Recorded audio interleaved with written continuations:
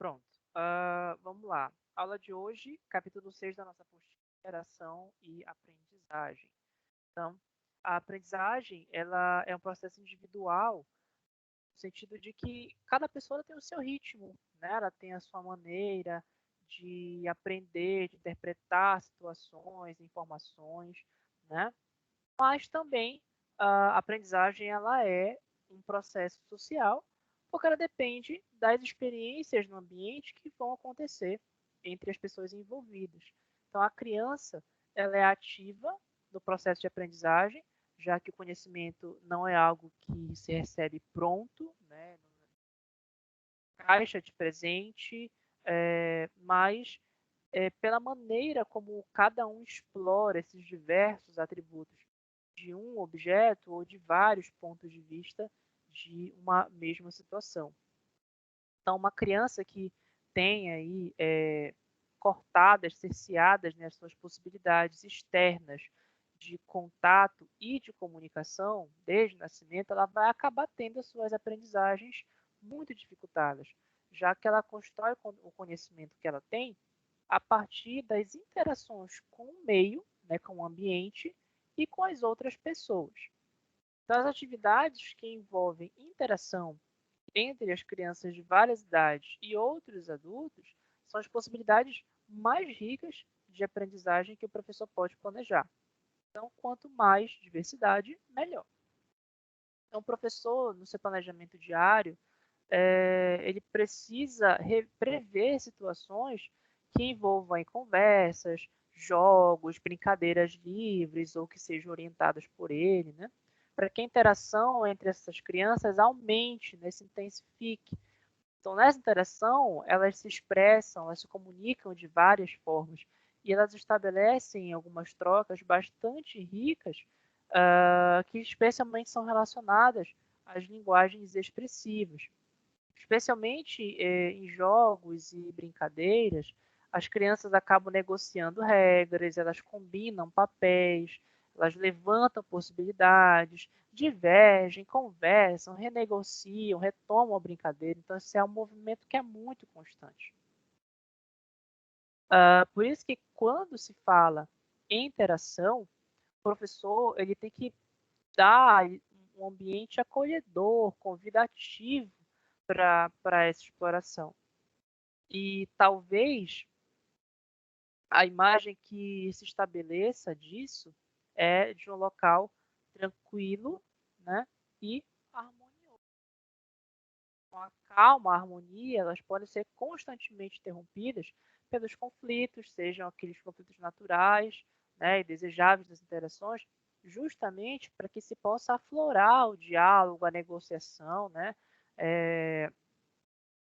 em que cada parte cede um pouco para que todos possam, né, entrar em um acordo. Então, as divergências elas são desejáveis porque é por meio delas que as crianças aprendem a defender as suas posições, argumentar, ceder, né, para que elas possam viver democraticamente numa sociedade. E aí o professor, né, ele não tem que ter por objetivo eliminar os conflitos, ele não tem que acabar, fazer com que os conflitos não existam ou que eles deixem de existir. Mas o professor tem que ajudar as crianças a resolver esses conflitos sem violência. Porque a criança, até então, ela não tem a concepção de que é possível resolver os conflitos por meio do diálogo. Então, o professor está lá como um mediador, né? Então, sempre que essas crianças precisarem, o professor ele tem que se dispor a ajudar sem tomar partido. Ele vai ter que ensinar cada criança a argumentar em seu favor. E aí é por isso que os conflitos eles constituem um papel muito importante, porque essa divergência de opiniões, essa oposição, ela serve para que a criança firme as suas posições, para que ela fortaleça a sua identidade, para que ela tenha mais confiança para agir.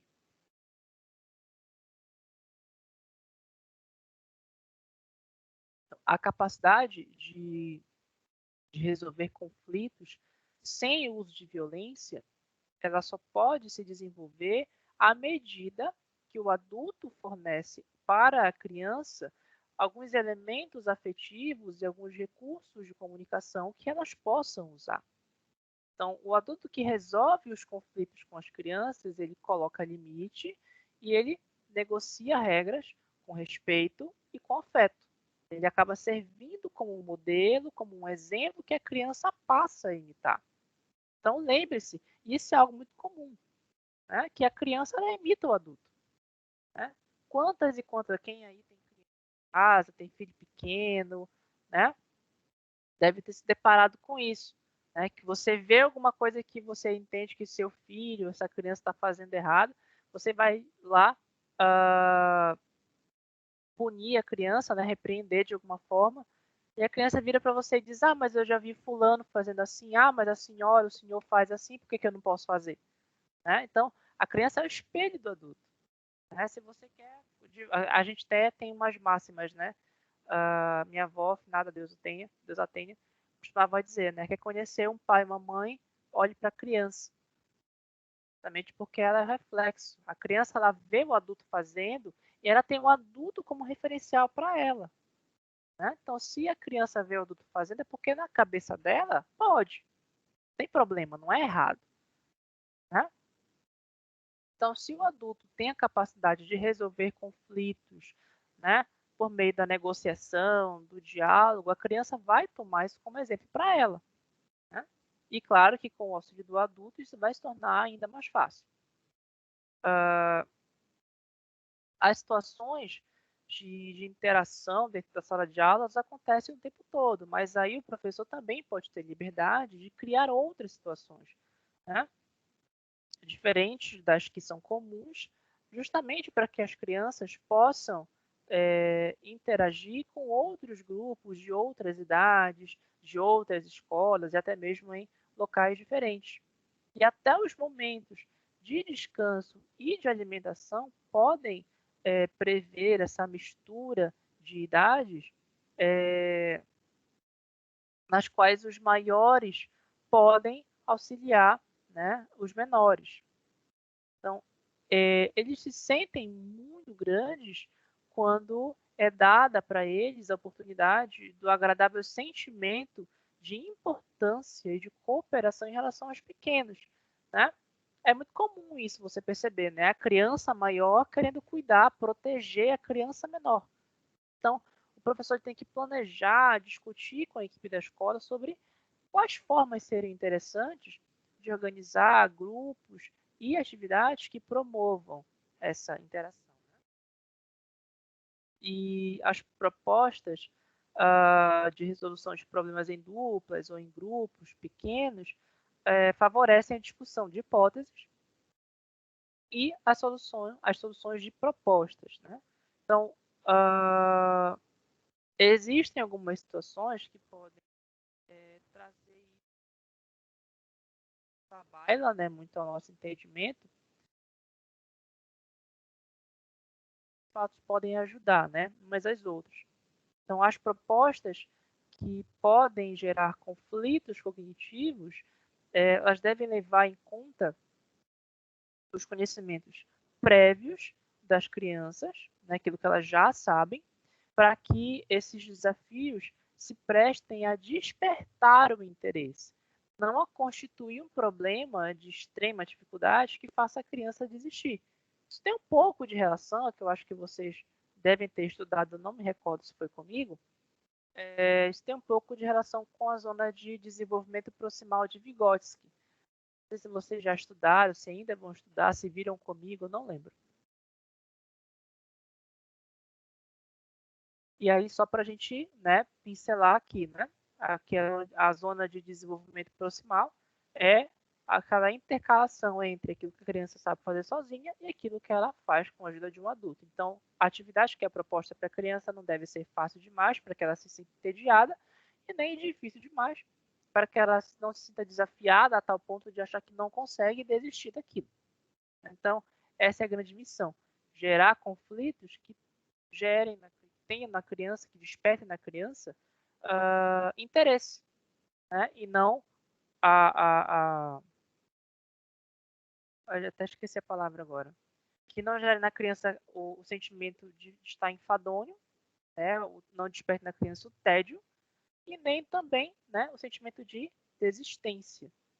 Então deve existir aí um equilíbrio. Mas alguém está com a mesma dificuldade da Beatriz aí? E se for só ela, aí já não é minha internet, só para ter certeza disso.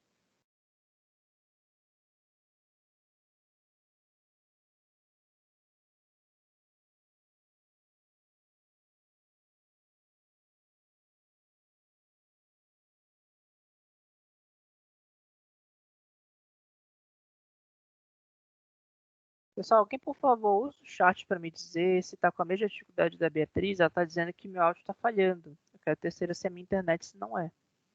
Eu queria que hoje a internet me deixasse trabalhar, mas aparentemente está meio difícil, né?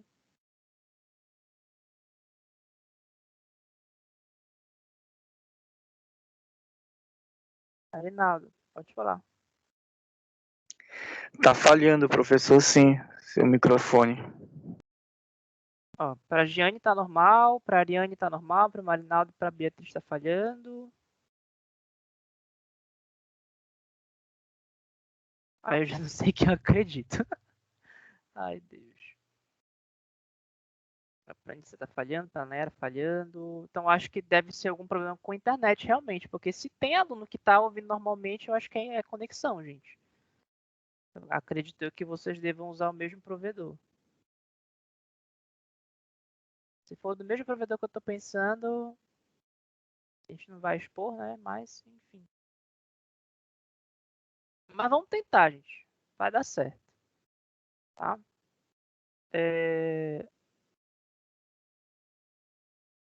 Bom, vamos lá de onde eu parei. Eu sei que está falhando um pouquinho, mas depois eu acho que na gravação vai ficar mais certinho. Vocês podem rever alguma coisa depois. Consultem a apostila de vocês também, né? A apostila de vocês não está aí só para enfeite, estudem.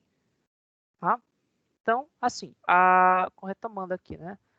Essas oportunidades que eu havia mencionado, né, de interação, que são oferecidas pelo professor, elas devem variar também de acordo com a idade das crianças, né? Então, é muito importante que as crianças menores sejam acomodadas em espaços mais adequados, né? Então, por exemplo, os berços que ficam enfileirados acabam não proporcionando o contato visual, o contato físico. Então, isso acaba impedindo um pouquinho a interação. Então, o ideal é que o espaço seja arranjado com colchonetes, com almofadas, né, que absorvem, né, o impacto daqueles que ainda não têm firmeza para andar. Então, eles podem se tocar dessa forma, né? Então, por exemplo, se você está no espaço com crianças pequenas, você vai colocar ali, né, algumas almofadas, porque se de repente a criança desequilibrar e cair, ela não vai se machucar com a dureza do piso, né? Ela vai cair ali na almofada e não vai ter a sua queda ali amortecida, né? E aí, conforme ela cresce, essa criança ela vai ampliando as suas possibilidades de interação, né, pelo aprimoramento ali da fala, que acaba facilitando a comunicação, e aí as rodas de conversa elas podem ser incluídas nas propostas de atividades. Então, compartilhar opiniões, dúvidas, contar novidades, né, são formas de interagir em grupos. E além de jogos, né, e brincadeiras, a vivência de outras atividades, guardar brinquedos, materiais, dobrar em duplas, os lençóis que vão usar para dormir, são possibilidades também de interações cooperativas. Então, a escola de educação infantil ela precisa se constituir cada vez menos um lugar institucional para se transformar num lugar de realmente vida infantil, né? Onde existam momentos significativos, prazerosos, lúdicos para essas crianças, né? Coexistindo com a aprendizagem de normas, de regras que orientem a criança a agir de modo a não prejudicar o seu grupo. Então, para isso, o professor, né, por fim, precisa resgatar da sua memória aquilo que era prazeroso, significativo para ele. Então, ele vai oferecer para as crianças não aquilo que ele julga ser importante em termos institucionais, mas em termos vivenciais. A própria experiência do professor também vai ajudar nisso, né? Aquilo que ele mesmo viveu enquanto era uma criança vai lhe ajudar. A ele que na posição de professor vai conseguir determinar aquilo que é mais adequado e aquilo que não é. E isso tudo levando, claro, em consideração o ponto de vista lúdico, né, e agradável para uma criança, e menos o ponto de vista institucional que a escola oferece, certo? Findo isso, vocês têm algum questionamento, alguma dúvida, alguma colocação?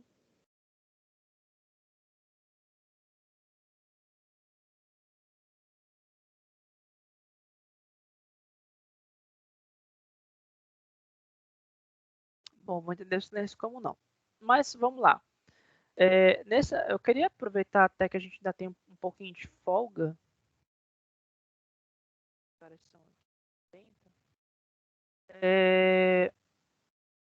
Que eu queria. Deixa eu só até parar a gravação aqui um momento.